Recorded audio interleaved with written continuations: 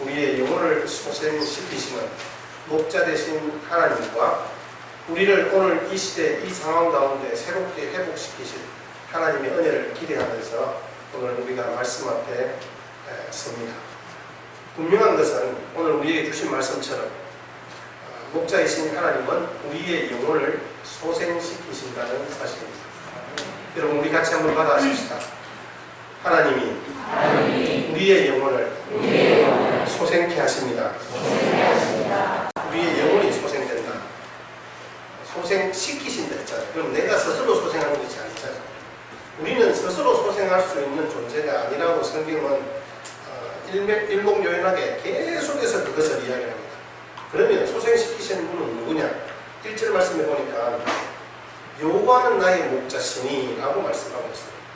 목자 되신 하나님이 양인 우리의 영혼을 소생시키신다, 새롭게 하신다는 말씀입니다.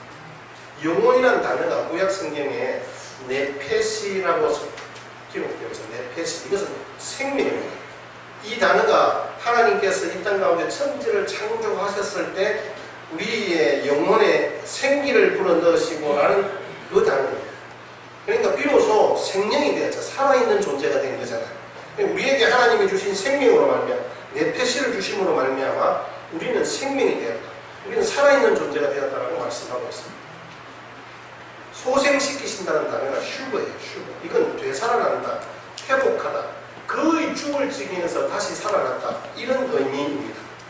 그러니까 네페시 슈거는 결국 우리의 영혼, 우리의 생명이 다시 회복되고 다시 살아나는 것. 하나님께서 우리 가운데 주신 것이다. 하나님이 우리의 영혼을 다시 살게 하셨다는 말씀입니다. 그래서 우리의 영혼을 회복시키시고 라고 말할 수 있겠죠. 자, 그러면 하나님께서 어떻게 우리의 영혼을 소생시키실까요? 아까 소생시킨다는 건 다시 돌아오게 한다 이런 뜻이라 했잖아요. 회복시킨다, 살린다, 영혼이 길을 잃은 거잖아요. 그럼 우리 영혼이 어떻게 길을 찾을 수 있을까요? 영혼이 병든 거잖아요. 우리의 병든 영혼이 어떻게 다시 고침받을 수 있을까요? 영혼이 잠들어 있는 거잖아요. 어떻게 그 영혼이 다시 깨어나갈 수 있을까요? 돌아와야 돼요.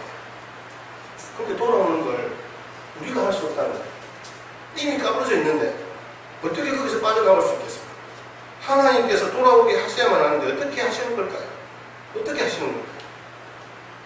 중국의 문인이자 법학자인 오홍경 선생님이 이 내용을 소생시키시며라는 단어를 한문으로 이렇게 이야기합니다. 오온덕곡서 16이라죠. 내 영혼이 돌아오도록 오온덕곡서 16이라죠.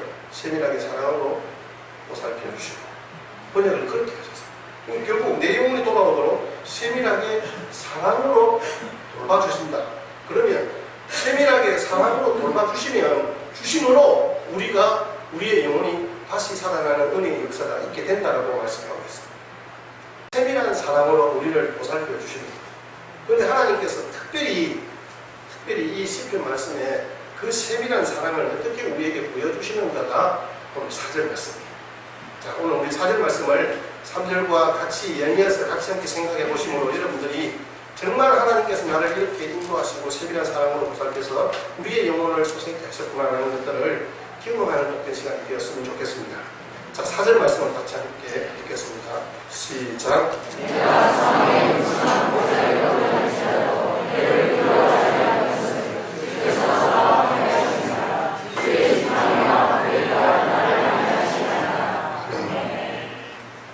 넘어지고 쓰러진 사방의 엄침한 골짜기에서 다시 일으켜 세우심으로 우리의 영혼을 소생케 하십니다.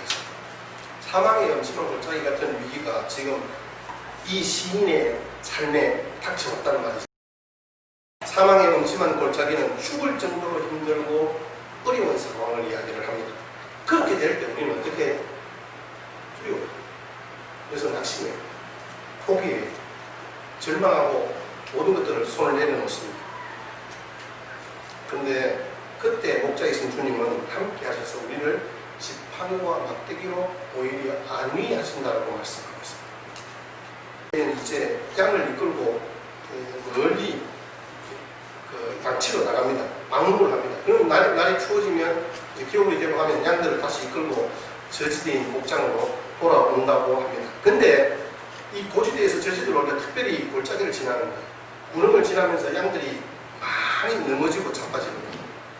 이곳에는 절벽이 있기 때문에 바람이 불면 바위나 흙이 쏟아질 수도 있고 양들이 거기에서 굉장히 겁을 낸다는 거예요. 조금만 우웅 소리가 나면 양들은 그냥 도망만 가는 거예요. 어디로 가는지도 제대로 모르면서 보이지도 않으니까. 어쨌든 우여곡절 끝에 이 골짜기를 지나는 가운데 목자는 양들과 푸르고 넓은 초장에서 느끼지 못했던 그 목자의 세밀한 돌보심을 받는 거예요. 그래서 이 목자와의 어떤 스킨십을 통해서 더없이 가까워지는 시간이 사망의 음침한 골짜기를 지날 때에라도 라고 했던 이 시인의 고백이 이 양과 목자라는 책에서 필리키는 목사님이 절대적으로 경험한 내용입니다. 그래서 우리가 신앙생활을 하는 가운데 하나님과 더욱 가까워지는 시간이 언제인가 하는 것입니다. 사실 이 부분들을 우리가 보면 실제로 대부분은 내가 평안할 때다, 내가 쉴만한 물가에 있을 때다, 푸른 초장에 있을 때다 라고 사람들은 대답합니다. 아닙니다. 내가 정말 주님과 가까워질 때, 주님이 나와 함께 있을 때 제일 안전한 거예요. 모든 것이 완벽하게 준비되었을 때 하나님을 더 잘 믿을 것이라 판단되지만 아니에요. 이건 우리의 문제예요. 우리가 하나님과 더욱 가까워질 수 있는 때는 양과 목자가 함께 골짜기를 지날 때 제일 가까워요. 왜냐하면 그때 초긴장인 것이 없잖아요. 양이 혹시나 이 상황에서 겁을 내고 자기 혼자 주전량을 치지 않을까? 이 양들이 넘어지지 않을까? 이 양들이 다치지 않을까? 이 목자는 그 양들을 돌보는 데 있어서 정말 초집중하고 있는 거예요. 여러분, 우리나라가 영적으로 부흥하고 뜨거웠을 때가 언제입니까? 잘 사는 지금입니까? 사실 우리 잘 아시잖아요. 60년대, 70년대 전쟁을 경험하고 나서 정말 힘들고 어려웠을 때 하나님께서 이 나라 이민족을 사랑하시고 도와주셔서 하나님의 교회들을 부흥케 하셨고 기도하는 하나님의 백성들로 말미암아 하나님의 은혜의 역사가 무엇인지를 경험케 하셨고 그 놀라운 기적의 그 순간들을 우리 어르신들은 다 알잖아요. 이 4절 말씀을요, 쉬운 성경에는 이렇게 기록하고 있습니다. 같이 함께 읽겠습니다. 시작. 내가 음산한 죽음의 골짜기를 지나가게 된다 하더라도 나는 겁나지 않습니다. 그것은 주님께서 나와 함께 계시기 때문입니다. 주님의 마음과 족하니까 나를 그 모든 것은 주님이 나와 함께 하시기 때문에 음산한 죽음의 골짜기를 지나가게 된다 하더라도 나는 겁나지 않아요. 이 목자가 뒤집힌 양들을 발견하자마자 일으켜 세우면서 아까 보셨던 것처럼 우리가 위급한 순간에 심폐소생술을 하듯이 동일하게 목자도 그 양들의 배를 만져줍니다. 가스 찬 것을 빼주기도 하고요. 그렇게 혈액순환을 돕습니다. 그 다음 편하게 쉬게 하여서 그를 소생시키시는 거죠. 양이 넘어지는 것은 발을 헛디뎌 넘어질 수도 있고 다른 양들에 부딪혀서 뒤집어질 수도 있고 다른 장애물에 걸려 뒤집어질 수도 있습니다. 자신의 잘못이든 아니 타인의 잘못이든 간에 어쨌든 뒤집힌 양은 스스로 일어날 수 없어요. 목자가 그 양을 이렇게 세워 주셔야 한다는 말씀입니다. 푸른 초장과 실만한 물가에서도 목자가 필요한 이유가 바로 이거예요. 양들은 자기가 편안한 상황에서 안 넘어지는 양 아닙니다. 오히려 더 잘 넘어질 수 있다. 그래서 다윗이 이 사실을 너무 잘 알고 있기 때문에 항상 목자가 양을 그렇게 세밀한 사랑으로 보살필 때 그 양들이 낙심하지 않고 말 그대로 죽지 않고 다시 살아나는 은혜의 역사가 있다는 말이에요. 하나님께서 나란 석절 통해서 책망하였을 때 그의 눈에 눈물이 마르지 않을 만큼 온 침상을 적실 만큼 울고 오물었습니다. 뒤집힌 양이었습니다. 요즘 미투로 인해서 온갖 비난과 창피를 당하는 사람들을 비교하면 이건 뭐 말이 아니죠. 자기 아들들의 사이에서 암논, 장자 암논이 누이 동생 다말을 보냈을 때 다말의 친오빠인 압살롬이 암논을 죽입니다. 근데 문제는 그때부터 시작이 됩니다. 나중에 압살롬이 아버지를 죽이려고 반역을 일으켰습니다. 비그리의 아들 세바가 반역을 일으켰습니다. 아들 아도니아가 스스로 왕위에 오르겠다고 다른 사람들과 세력을 규합. 여러분, 다윗의 뒤집힌 데에서 이렇게 뒤집어지었던 양 같은 다윗이 하나님께 드린 눈물에 타는 이유는 기도입니다. 그때 하나님이 다윗에게 어떻게 하셨나요?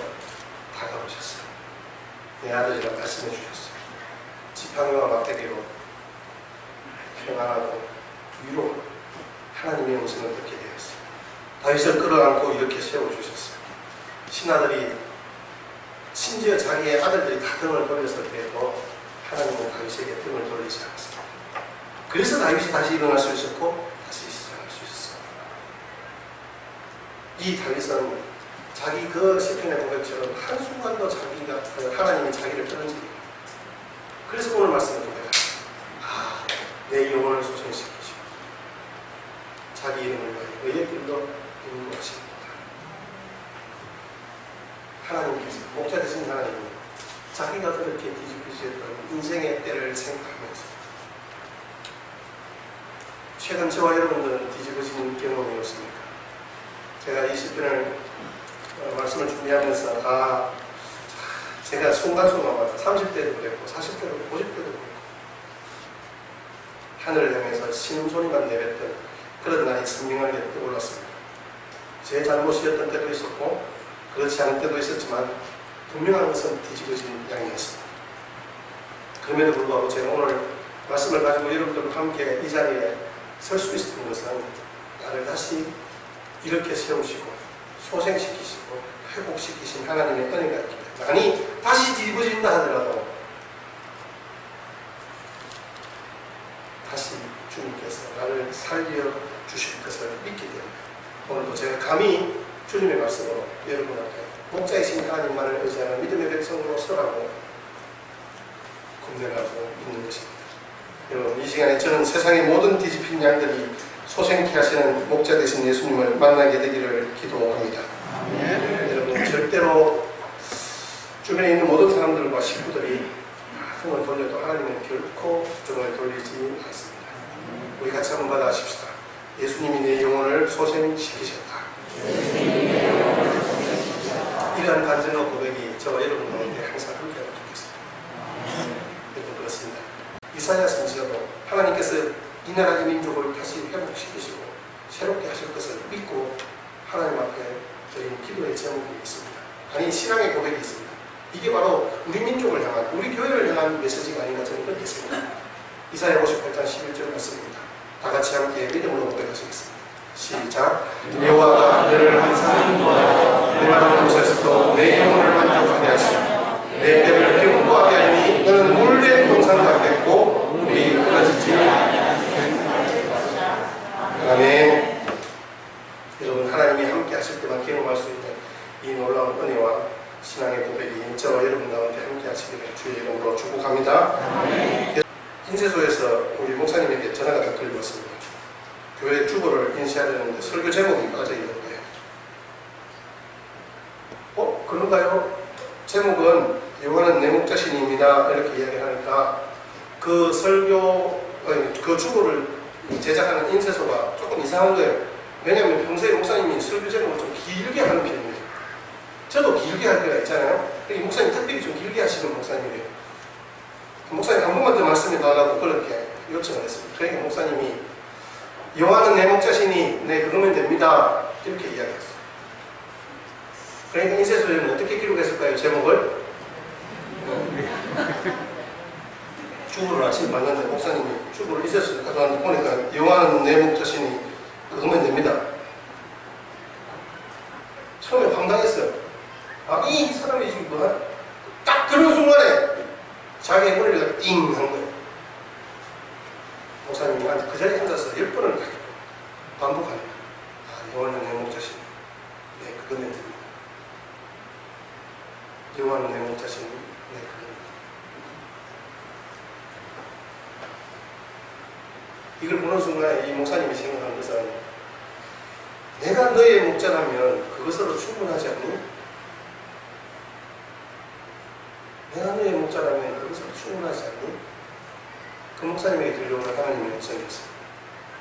하나님 한 분만으로 만족한다면 내가 보는 세상의 눈들이 달라질 거예요.